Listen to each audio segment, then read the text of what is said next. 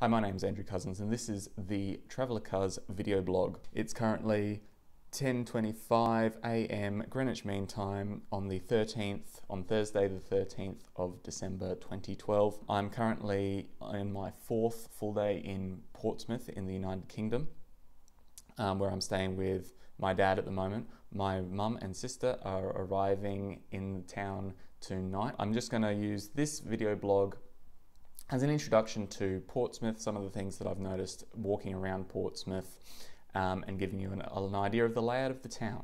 Portsmouth is a city in the county of Hampshire. It is on the south coast of England and is the closest port to the Isle of Wight. Portsmouth has a trade history dating back to Norman times. In the 13th century, a naval base was established and the Royal Navy remains active with a naval base in the northwest part of the town. Portsmouth has a large and ethnically diverse student population with a large university campus taking up much of the town. Many of the bars and shops in the city centre cater to this market. In summer, Portsmouth becomes a beachside holiday destination with seasonal amusements along small stretches of rocky seashore. I am staying in the most recently developed area of Portsmouth, Gunwharf Quays, a modern collection of retail outlets watched over by the towering and ultimately purposeless Spinnaker Tower. Here are 10 of the things that I've noticed about Portsmouth. The first thing is the smell. Now, it's not a bad smell by any means, but what I have noticed is that, and it's mostly a smell of England, but there is this kind of scent in the air that hangs over the whole country. If I had to describe it, I'd probably say it's a mixture between the smell of a glass of water and the tiniest hint of smoke. I'm sure Australia has a smell as well, and I'm just, grown used to it and don't notice it anymore. Another thing that I've noticed, especially walking around yesterday, was that it is wet even when it hasn't been raining. The seats were damp. There was actually patches of water on some of the public chairs. It was really bizarre. The third thing I've noticed is that a lot of the shops around this area look really, really tacky from the outside, and this is including some of them, really fancy shops. You can't tell just from looking at a shop whether it's going to be, an expensive, fancy place or, a tacky diner. They all look exactly the same from the outside and they all look tacky.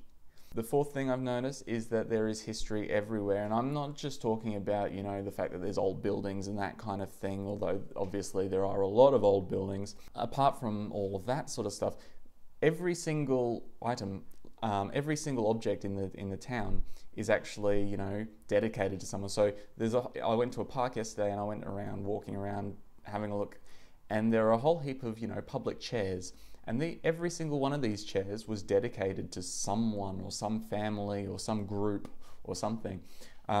So there's a lot of emphasis on memories and remembering people and people continuing on. So there's a lot of history in that respect in the town. So the fifth thing I've noticed, now Portsmouth is technically a seaside town, so it has what you might describe as a beach. Even on the beaches, you have a very interesting dichotomy between, the shoreline aspects and the city aspects. Standing on the beach, you see seagulls alongside a bunch of pigeons. And then I was walking around in the park the other day and I saw the pigeons, and then I saw the seagulls, and this was quite a way off the shoreline. The sixth thing I've noticed is that there are an awful lot of pubs, there are an awful lot of chippies, so fish and chip stores, and there are an awful lot of Indian takeaway stores. We'll see how many of those I can try out before I leave.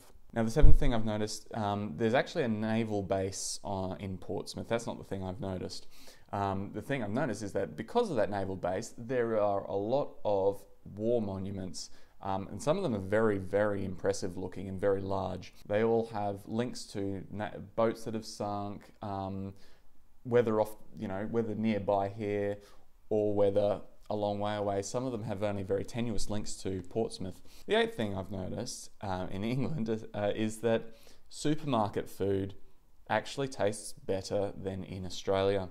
I believe that this is probably because supermarket food in Australia is filled with preservatives, because of the weather. The ninth thing I've noticed is that there are council workers everywhere. There's probably more council workers walking around than there are people walking around. And the final 10th thing that I've noticed is the bizarre American chain rip-offs.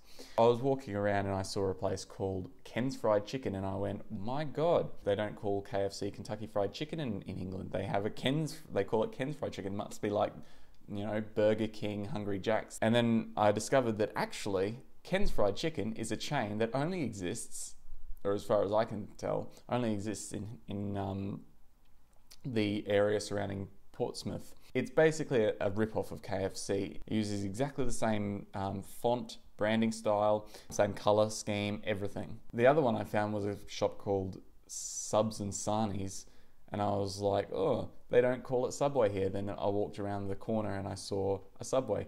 Subs and Sarnies even had the Eat Fresh logo on it. Exactly the same font, exactly the same branding. It was a really bizarre thing to see. That's all for now, but you can follow my travels through Europe by subscribing to this channel, liking the TravelerCuz Facebook page, and checking out my blog, travelercuz.blogspot.com.